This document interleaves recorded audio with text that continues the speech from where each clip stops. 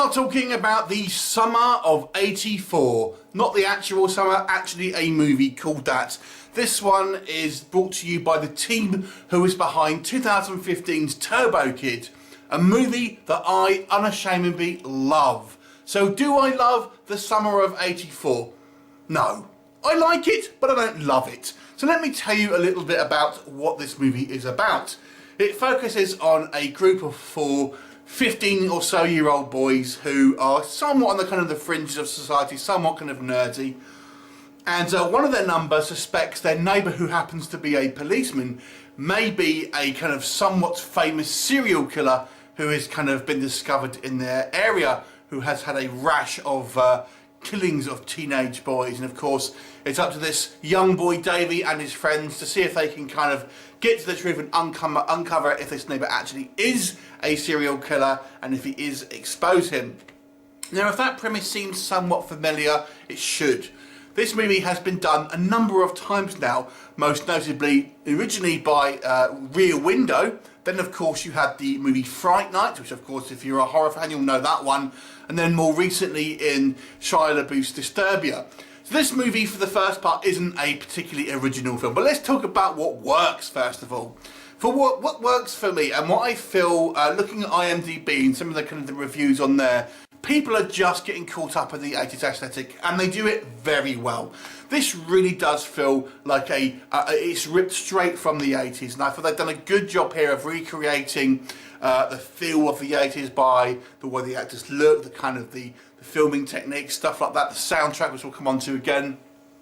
A great kind of example of retro style filmmaking, which they actually did previously in Turbo Kid, if you have seen that film.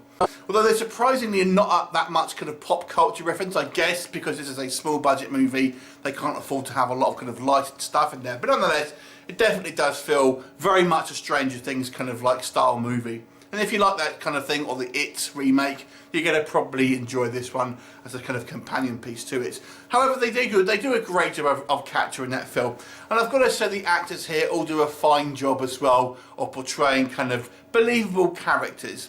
I feel maybe the characterization isn't quite as strong as if we compare it to the It movie, where you kind of really felt like you kind of got to know these characters inside and out. This movie, it took a while for me to kind of really feel like I was that invested in the characters, and even by the end of the movie I feel some of them are still a little bit shortchanged, and there really is only 4 of them. So that's all quite good. I feel this movie has an interesting ending. I both had issues and kind of things I really liked about it. I kind of liked the almost open-ended in this, but not so that it's kind of like setting up a sequel necessarily. But I quite liked a kind of ambiguous style ending. That was sort of quite good. But we'll come on to what I didn't like about it in the negative section. And there are some kind of quite fun moments here. The soundtrack is great. It's done by Lematos, who also did the Turbo Kid soundtrack. But I'm going to touch on that in the negatives as well. But let's talk about those negatives. But let's just go straight on and transition to the soundtrack, as what I've talked about. So Lematos, they're a great kind of electronic band who have a very kind of synthy 80s feel, and the soundtrack is great. But I've got to say it sounds a little bit too similar to Turbo Kid, and also a little bit too similar to maybe Stranger Things. Now in Turbo Kid I felt it was really kind of like it plus the movie. And was a great soundtrack in its own right. But in this movie, although it's a great soundtrack and it sounds good, you can't help but feel this is derivative of other stuff. So that's just kind of going on from the soundtrack. And also, in the aspect of unoriginality, this movie, unlike Turbo Kid, isn't original. I mean, Turbo Kid was a kind of a riff on the post-apocalyptic movies that you've sort of seen in the 80s. This is more of a straight kind of, just a retelling of a story that we have seen done a number of times now, and I've talked about the kind of the big budget versions. There have been smaller kind of like indie films that have also kind of essentially kind of remade this film as well. So although this is a well-made film, it certainly isn't original. I also feel the pacing of this movie, it drags. If we compare it to those other movies, there are elements of this film where I feel partially because I just don't feel the characterization works quite as well. That movie does kind of drag its heels a little bit. And then the ending, we get to a point where there's, we'll come to the conclusion without kind of spoiling anything.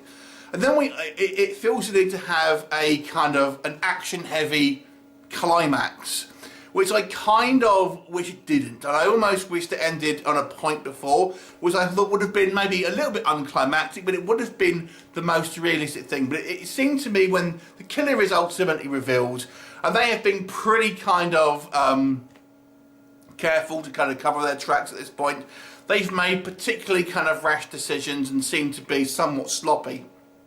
So that kind of bothered me for maybe a killer who has, to this point, been pretty careful.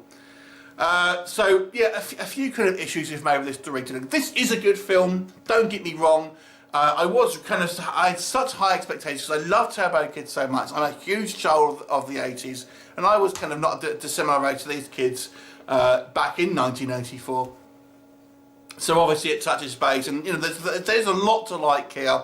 The characters, although they take a while to warm to, I feel, and they're not quite as well defined as things like the It movies, you know, Stranger Things, and even Turbo Kid. They are still kind of likeable characters, at least kind of some of them, maybe just a little bit derivative.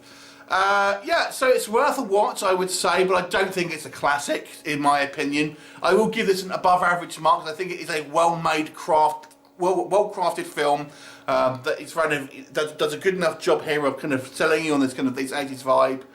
So I'll give it a 6 out of 10, but I just don't think it is the classic maybe that some people will tell you that it is, purely because they've just kind of got excited by the kind of the 80s aesthetic here. But it's definitely worth a watch, and surprisingly light on deaths and gore and stuff like that. If you're expecting more of a you know, if you've seen Turbo Kid, it's nothing like that in regards to that. This is a much more subdued film in regards to body count and gore and stuff like that. It really is more of a drama than a horror. So 6 out of 10, I'll be interested to know what other people think. Does anyone grossly disagree with me? Please do leave me a comment, and I shall look forward to seeing you next time. Bye for now.